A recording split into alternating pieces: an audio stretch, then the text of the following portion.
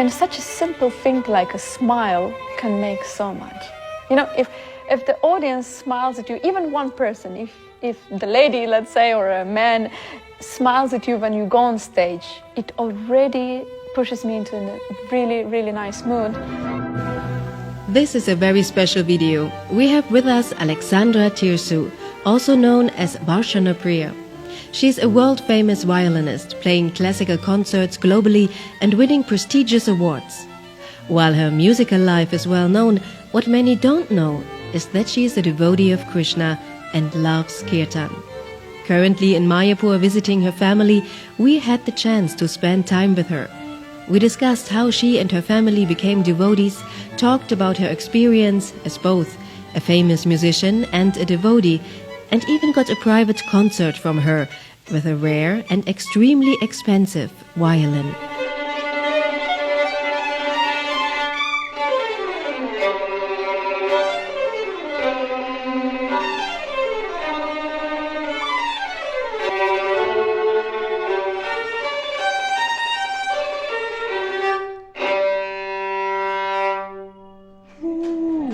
I come from a musician's dynasty, so to say. You know, my grandparents, grandmothers, uncles, aunties, parents, all musicians. So I think the path was chosen for us already. What's your favorite?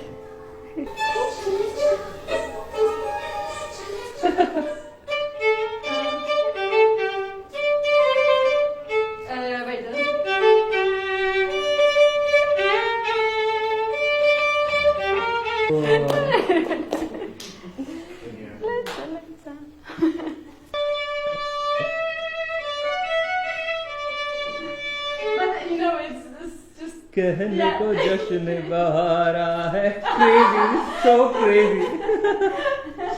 Imagine a Western classical player on a Stradivarius playing Bollywood songs. It's insane. How does your music career looks like today? It's busy. It's very busy. But I'm happy to be busy. I'm traveling from city to city, from country to country, playing concerts, meeting people. Give us some range. You're from Asia Russia to US.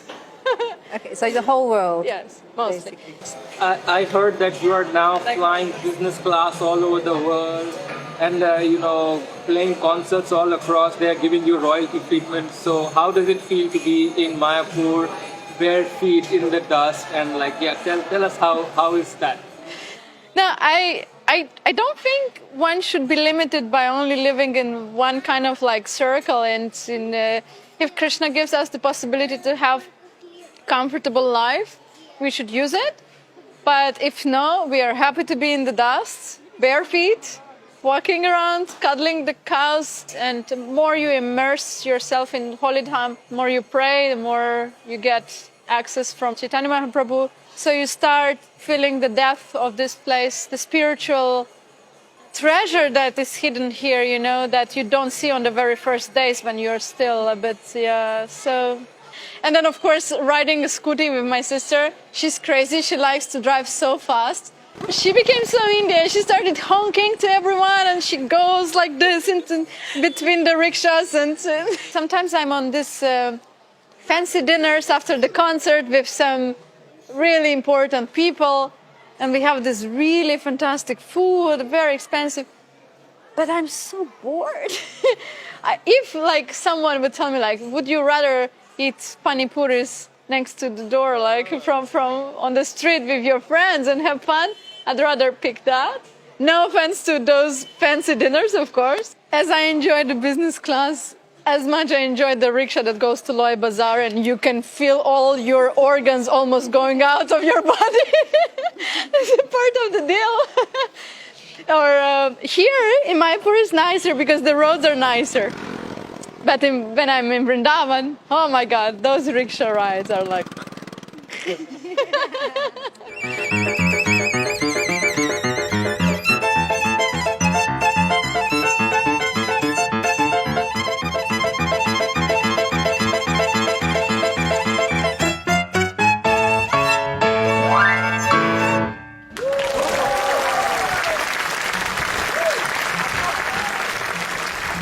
My family was into meditation since we were born already. So Indian culture was always a part of our life.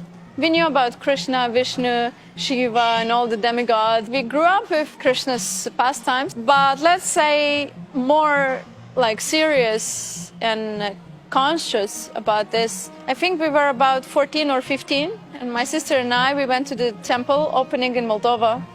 It was Janmashtami. The devotees found out that we are musicians, so of course they started engaging us in kirtan. But the very, very strong change in my life, and when I decided that this is something that I want to follow my whole life, is when I met my spiritual master. I was maybe 16. When I saw my Guru Maharaj first, and I was playing in violin for him in kirtan, and I felt a happiness that I never felt before. So I understood that I was actually never happy before until I felt that state.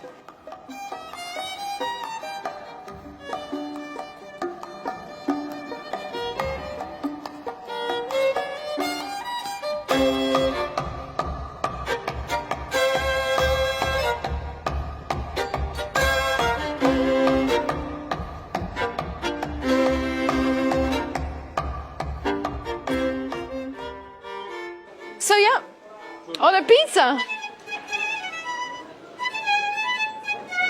My goodness. Just like in Italy.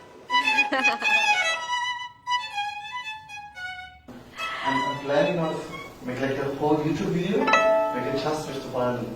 Need something for eating pizza.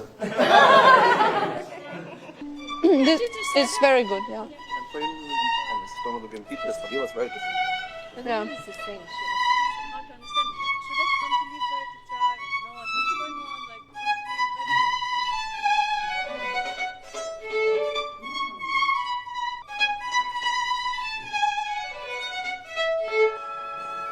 There is a beauty in classical music. The moments on stage when I play classical music can be extremely special and very difficult to describe with words.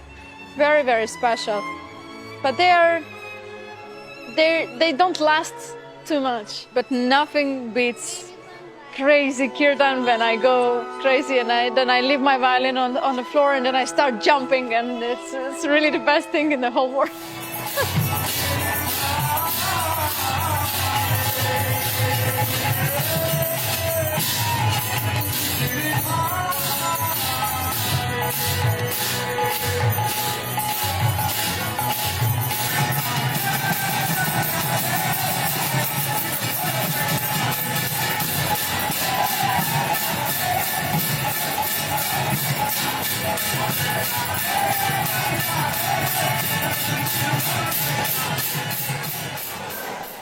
Oh my God, I feel blessed.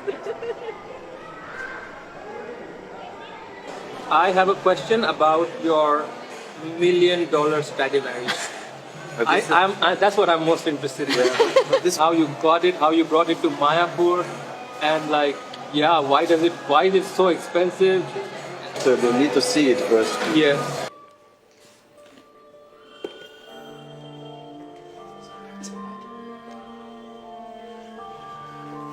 So here it is, my beautiful baby. Very precious.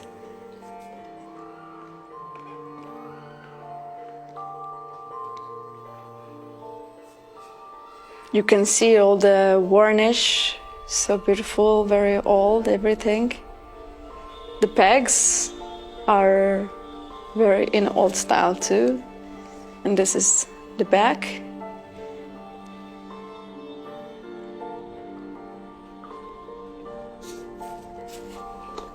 So this is Antonio Stradivari violin, made in 1717, and this violin is considered to be one of those violins that are in the very gold period, maybe one of the best violins that he ever made. A lot of famous players played this violin. I'm very honored to be also one that has the chance to play this instrument and also put my little part of my soul into the history of this violin. like a baby, you know. These instruments are almost like living entities, you know. And it's very interesting. You can feel the energy of the instrument. And of course, all of these old instruments have a story, you know, a history. I have concerts in a big auditoriums, like up to 3,000 seats. So of course and we never use the microphones. Like it's not like pop music. In classical music, we don't use the microphones. So you have an orchestra behind you, like 60 or 70 people playing, and then you sit in the middle and you are the soloist, and you have to play even louder in a way. So even last row should be able to hear you. So that is actually the answer to so many questions why these old instruments are so expensive or so cherished.